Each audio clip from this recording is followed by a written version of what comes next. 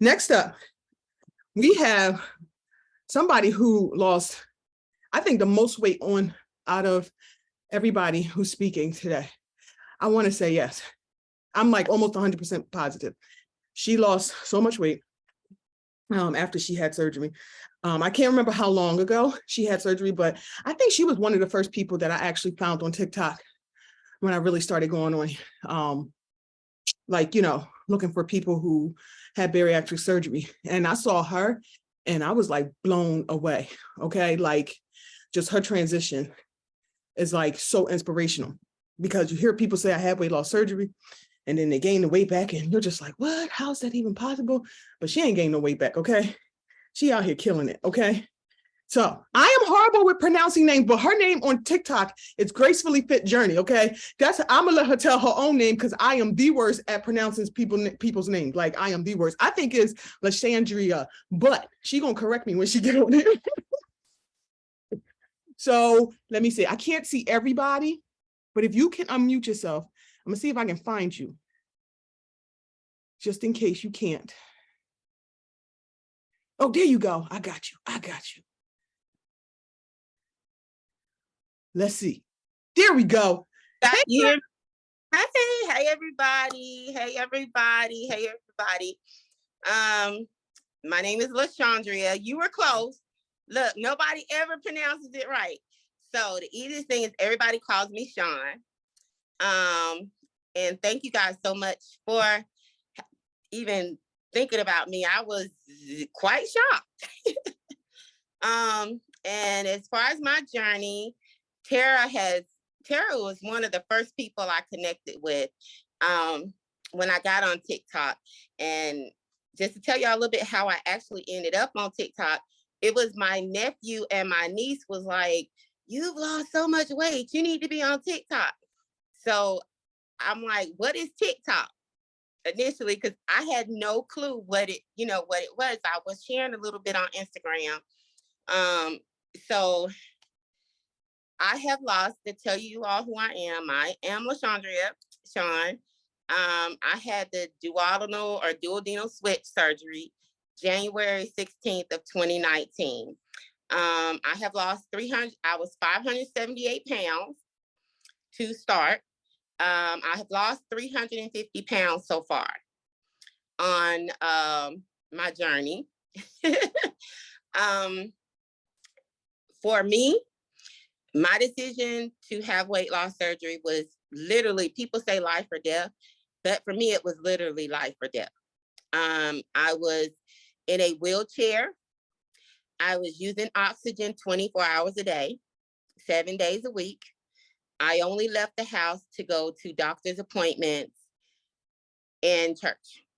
That was it. And that was a whole production of getting to and from the doctor's office. I am a person who never knew what it was like to be thin. I was a big child. When I graduated from high school, I was 325 pounds. And my weight just ballooned from there. I come from a family of thin people.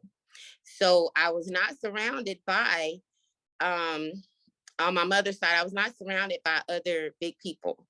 So when I tell you my family, there's not a diet plan out there I haven't been on. As a kid, which is very traumatizing to a child, I was in the 7th grade and had my mouth wired shut because it was a thing in those times it was a weight loss technique that people were doing where they would take wire, and I'm very good at talking with my mouth closed, as y'all can see, because I had to learn how to do it. They left you like an inch to be able to open your mouth, and it was enough to get a straw in. The summer before my senior year of high school, I was hospitalized against my will, put on an eating disorder unit, a locked unit, to try to cause me to lose weight, where we were monitored 24 hours a day, 7 days a week, when you went into the cafeteria, you had monitors that went with you to make sure you didn't eat anything that you were supposed to eat. And I know that's something that people don't think people in our community do. Well, yeah, they do. I live to tell the tale. And the older I got, the more weight I gained, because food was my friend. Food was my way of coping with anything in my life that I couldn't deal with. And I have one child, and I got to about 5 years ago, honest to goodness, I started watching My 600-Pound Life. And I got to where I was watching it incessantly. And then a new show came out called Family by the Ton. And I started watching that show. And that doctor said something, Dr. Now was always one of those doctors, oh, you need to lose 50 pounds. You need to lose 80 pounds. All of this stuff before you can have surgery. And Dr. Proctor, when I saw him on the show, it was like it was something different about him.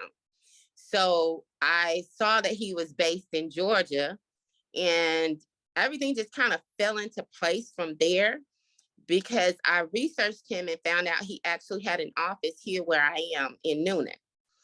And I was like, are you kidding me?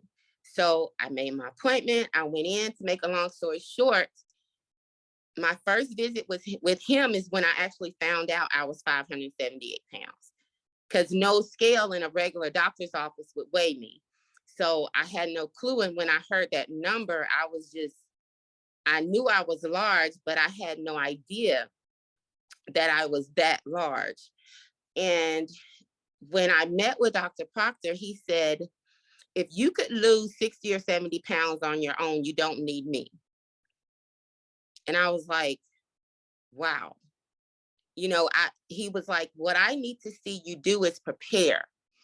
And I need to see the scale going down. He said, but I'm not going to give you a number. And he is a doctor that requires therapy, which a lot of doctors don't.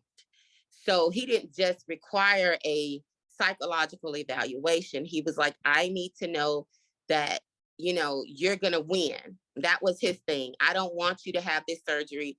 And then, because the surgery that I had, it's a 4.5 hour long surgery. It's not like the, sleeve or whatever. It's a very complicated surgery, but because of my weight, that was what he recommended for me.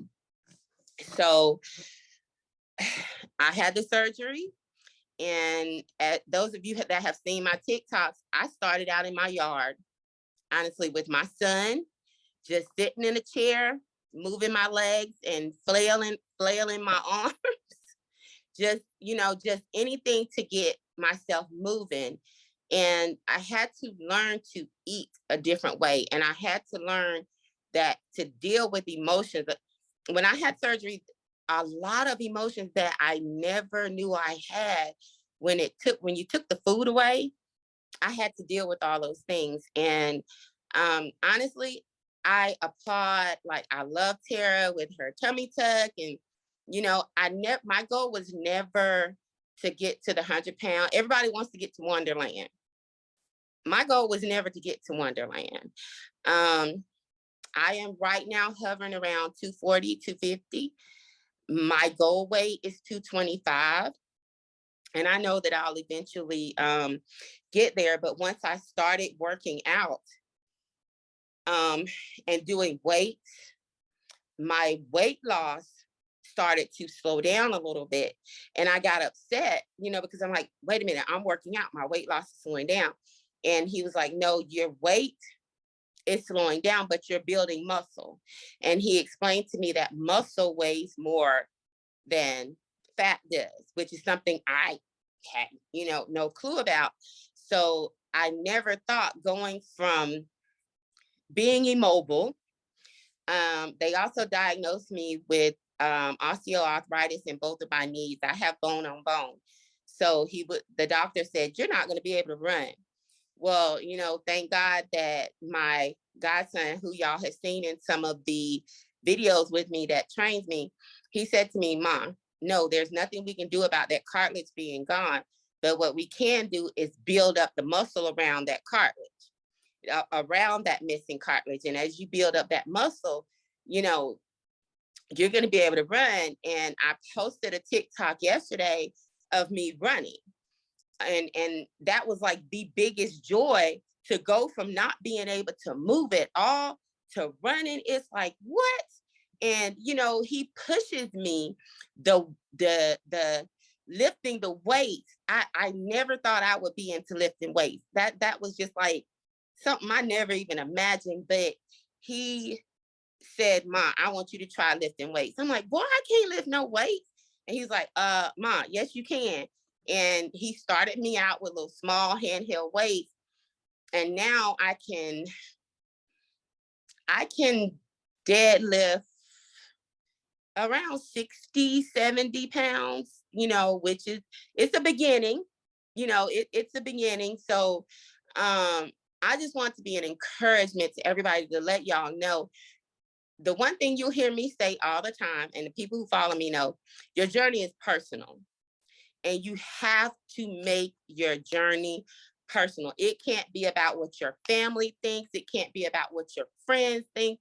It can't be about what anybody thinks. When I tell y'all, I've lost more friends on this weight since I began to lose weight that I never thought. People who I thought were going to ride with me forever have said, "You've changed. You're not the same. You think you're all that." And it's like, no, I'm none of those things. But who I am is focused on me. And if y'all don't get anything else from me, get that selfish is not a bad word. Growing up, I was taught you can't be selfish. Yes, you can. And it is okay to be selfish. It's okay to put yourself first. It's okay to think about you and put your needs and your wants and your desires first. Because if you're not whole, if you're not a whole person, you can't be any good for anybody else. Just like my last, and I'm gonna stop after this, but my last step for freedom was moving out on my own. I had to live with my mom for 10 years because I couldn't take care of myself. I moved out on my own, got my own place, and 2 weeks later quit my job. My family thought I was nuts, but I quit my job because I was working 5:30 a.m. to 6:30 p.m. as an assistant director at a daycare center. The director had gotten fired, and I'm the one keeping the business running. And these people thought they could just talk to me any kind of way. And the old me would have said, "Okay, I'm going to take it." And I told them they could take their job and shove it. I quit on a Saturday. I started a new job on Tuesday because I know my value. You know, I know who I am as a person. And that's a big part of the physical part is good on the weight loss journey. But if we don't have this up here right, and I stress that all the time, the weight, it will come back. It will creep back up on you. But I just encourage everybody to just keep going, keep pushing. And if you don't get anything else from me, make your journey personal. Make it about you. It does not matter what anybody else thinks. It does not matter what anyone else has to say, because you got on that table and had that surgery for one person only. And that was yourself. And that's my little spiel. Thank y'all for taking the time to listen to me. Girl, I can't even. Your story, man. I didn't know a lot of that part of your story, especially when you were talking about growing up with your mouth feeling wired shut. How did that make you feel, like, as you like when you thought about, did you have to like go through therapy or something to kind of work through that? Like, girl, let me tell you something. Therapy has been my best friend. I've had to work through a lot of weight issues. Like I said, that having my mouth wired shut was only one of the things. When I tell you, as an 8-year-old, I was put on Jenny Craig. Like, I went to a hypnotist. That was another thing. because it was a trend that you could be hypnotized into losing weight. So I was sent to a hypnotist. It's not really anything that in the 80s and the early 90s that was weight loss. When Oprah did her OptiFast program, my mom put me on OptiFast. So, you know, it was just like whatever came out at the time to help, or in her eyes, to help me to lose weight. And didn't understand. She didn't understand. My mom and I actually had a conversation probably about 9 months ago, and she was like, I never understood that I was harming you. I thought I was helping you. And I told her, I said, all you did was make me a closet eater. And I became very good at eating when no one else was around, or hiding food. Um, my story is, it can get kind of deep, but you know, I tell it because it's a lot of, when people get to the size that I did, people don't understand. You don't get to 400 pounds, 500 pounds, 600 pounds because you like to eat. Right. You get to that weight, there's something behind the reason that you're eating, because I would literally eat to the point of being sick. Literally till I would feel sick. And once I felt sick, then I'm like, okay, I'm good in my head. I did that a lot. And one of the things that I've learned when I came across like the Berry Girls, you know, it was good to see people cooking food, because I still love food, but I don't want to eat food that don't taste good. You know, and people, when you have weight loss surgery, they think that, oh, everything you eat has to be bland. It doesn't have to taste good. So I like watching their lives where they're showing things that are, you know, healthy, but they still taste good. But I don't know how I got sidetracked like that a little bit, but you know, it's been a journey for me, and it took me a very long time to decide to have weight loss surgery. Like I said, I was almost 400 pounds when I graduated from high school. I was right at 400 pounds when I had my son. And weight just kept, it just slowly but surely like crept up on me, and I didn't realize it. And I look back now and I think about how I could eat a whole pizza, a whole large pizza, and a 2 soda. Like, I saw, in watching my 600-pound life, I saw myself, you know, in those people. Now, not keeping myself clean and all that. Ain't nobody got time for that. But the eating part, I understood it because it was stuff I would do. I understood, like, I would stop on my way home from work at McDonald's and sit in my car and eat, and then go home and cook myself and my son dinner and eat again like I hadn't eaten anything. So food can be a real addiction, and it is something that that I think society as a whole needs to understand, that, you know, it can be. And I want everybody to know that, to really understand that this surgery is a tool. It is simply a tool. It is not going to, you know, fix everything for you. Am I for surgery? Yes. Anybody that feels that they need it, that's what it's there for. But just understand, it is not going to solve everything. I have another question, and you let me know if it's too personal, but did you like, did you get to the root of why like food became your friend at such a young age? Like, have you been able through therapy figure that part out? Oh yeah, very definitely. As a child, my parents were only married for 2 years, long enough to get myself and my brother. And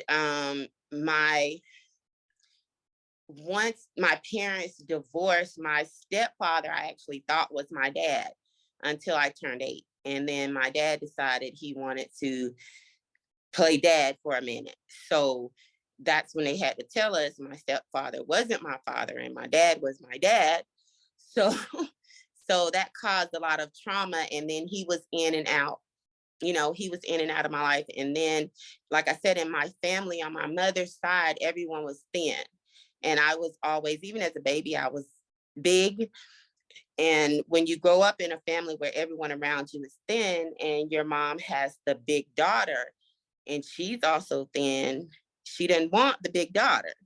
So, she's going to do what she needs to do to try to get the thin daughter. And it just, in my case, had the opposite effect of what she thought that it would have. And like I said, it was just maybe 8 or 9 months ago that we actually sat down and had like that conversation, because I never wanted to have that conversation with her. And part of therapy for me was like, you have some situations that you have to deal with in life if you want to continue to progress and not put the weight back on. And that was one of the things that I had, that was the conversation that I had to have with her.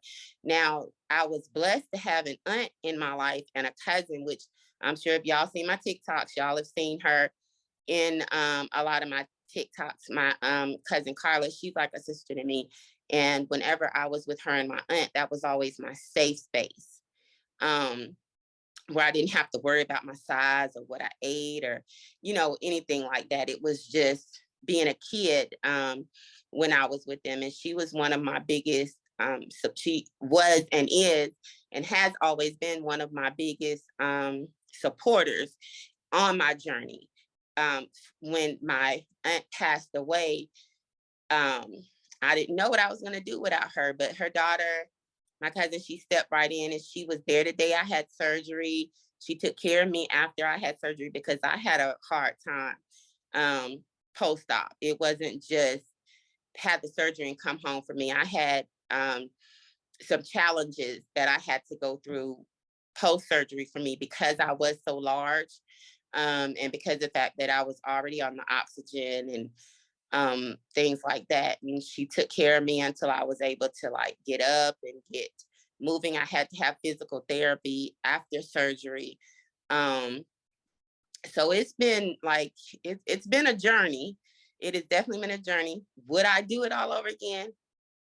In a New York minute, because the life that I have now is the life, even as a young adult, I couldn't have dreamed of. Just being able to, simple things, being able to go out and just go to the grocery store. I love going to the grocery store. I love going to the grocery store and reading labels. And Walmart is one of my favorite places because now I can just go and walk around and people aren't looking at you, like who, looking at you weird. I'm just part of the crowd. And that's something I always, desire. And I'm just glad that my journey is showing people the side. A lot of times with weight loss surgery, people see the people that are, 275, even 300, 350 pounds. But most people, when they're as large as I am and they have the surgery, they don't want to talk about it. They want to just forget that part of their life. But my goal is just to, keep sharing my story and letting other people that were and are my size know that it is possible. It is possible to lose the weight. You definitely should continue sharing your story because I just think you're so inspirational, and like you get to those people who were like, who are or were 600 something pounds and let them know that there's no shame. You can get help for it. If this is the path you want to take it, but don't take it with your head down, hiding in the bucket. I have somebody who wants to ask you a question. I'm gonna unmute her since it's not a lot of people didn't come on. Here we go. Hey, Zipporah, how are you? Thank you so much for having this meetup. I appreciate you bringing us all together, not just on TikTok. So I hope you continue on to doing this. And everybody, I'm just so grateful to be here. And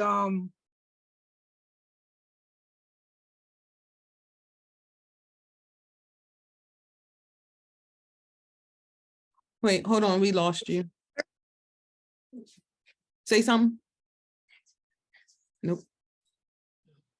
Mm-hmm. I'm gonna see if I can find her to unmute, to see if I can unmute her.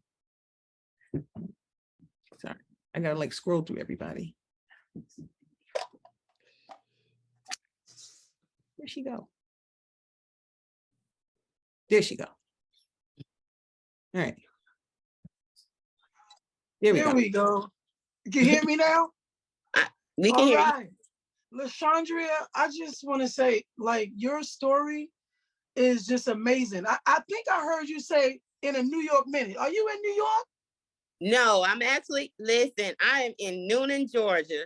The list. Oh, man, you're amazing. Your story is absolutely incredible. I resonated with so many parts of your story. Like, I'm telling you, the fact that you went through so much and you know, just overcame so much. I want to know who your therapist is. All right. Because I need your therapist. It's amazing. Like, literally, I can resonate with what you said because my family, I come from a morbidly obese family, right? Like, my sister got weight loss surgery. I got weight loss surgery. My daughter, I went to a children's hospital, Dr. Oz Hospital in New York City, where she got a trial bariatric surgery for youth. At 16, she was like over 300 pounds. So, and I, you know, made a decision along with her pediatrician to send her away to a fat camp. So they would say it was literally a hospital where she was, you know, there for a long time, you know, and they monitor her, everything. But, you know, the crazy part about it is that she was around people that had a different disorders, like not just obesity. It was people that was anorexic, people that was like, I mean, I just thank God she didn't go crazy in that place. I mean, like they literally, I mean, monitored every single bite. You know what I mean? Yep. And I just Yep. wanted to ask you, because even to this day, I wonder if that was a right decision that I did for my daughter, even though I asked her. But do you feel like you resented your mother for doing that, or you felt like it helped you in your journey? At during the time of it, Yes. just being honest, I resented her very much so. As I've gotten older, I know that she did what she felt like was best. Right. That is where I'm at with it, because it was a different day and it was a different time. And people went with what they knew. You know, there's been a lot more research done to know that those places are not where kids should be. It doesn't work. Right. But like I said, parents in those days and times, they did what they thought, you know, was best. And I know that that's what she was doing. She was doing what she felt like, you know, was best for me, or what she had to do to help me. You know, that's the thing. She thought she was helping me.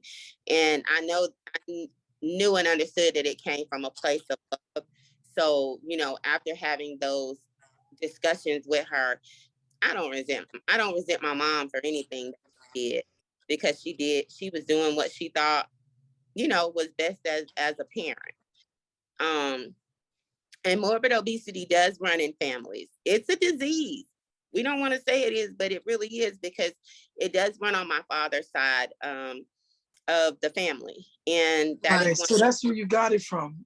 Yes. So even though your mother was slim, you got it from your father's side. Yes. Now my father wasn't big, but I have an aunt, and then I have 3 great aunts that were all over 400 pounds. Wow. So it can run in can run in families. So you just have to be mindful, and we have to learn that part of it is changing the way that we eat. It is, and it's something I still struggle with, because my family tell me all the time, just because you eat that way don't mean we gonna eat that way. I get that a lot. No support, right? They say, just because I ain't eating that, and I understand that. I don't force them to eat the way that I eat, but I'm going to eat the way that I need to eat for me to stay healthy. You know, because I don't want to go backwards. I want to keep moving forward. So I know now what I have to do. And again, I talk about people who are who I find very encouraging. And like I said before, like the Berry girls are amazing. I love, you know, watching their lives. I don't even know if they know I watch their lives, but I watch them all the time to get, you know, new ideas, because you get tired of eating the same old thing. Absolutely. You know, you get, and that for me, I do. And so I like sharing and I like receiving, you know, that's why this community, and I'm so glad that she did this so that we all can make those connections, because I don't have a lot of people around me that had bariatric surgery. And one thing I've learned is if you haven't had it, you don't understand it. Right. You know, you can, what is it they say? You can sympathize, sympathize, but you can't empathize, or something like that. Like, you can understand, but you don't really understand. And Well, so thank you for telling me about how you don't resent your mother, because that really hit me when you was talking. Boy, that hit me so hard, because I didn't do it in a place of like of shame, like I was embarrassed of my daughter. I felt like I wanted to help her so bad. You know what I mean? Like, she was just teased. I mean, in elementary school, she was teased so bad. My daughter literally cut her wrist in the bathroom. All right. And that's what I knew. Enough is enough. And I had to put her in a special school that was a therapeutic school, so she won't become a target like that. You understand? So I went through a lot with my daughter and her weight. She used to sneak food and do the same thing, everything you said. And I just appreciate you. And that made me feel I have closure now. You know. Well, I'm glad. I appreciate you. That's all I have to say. Thank you so much, Sephora. I appreciate you. No problem. And, you can put me on mute now. All right. All right. Thank you. Thank you so much. I really appreciate your story. It's really inspiring. And thank you for doing this, Sean. I really. All right.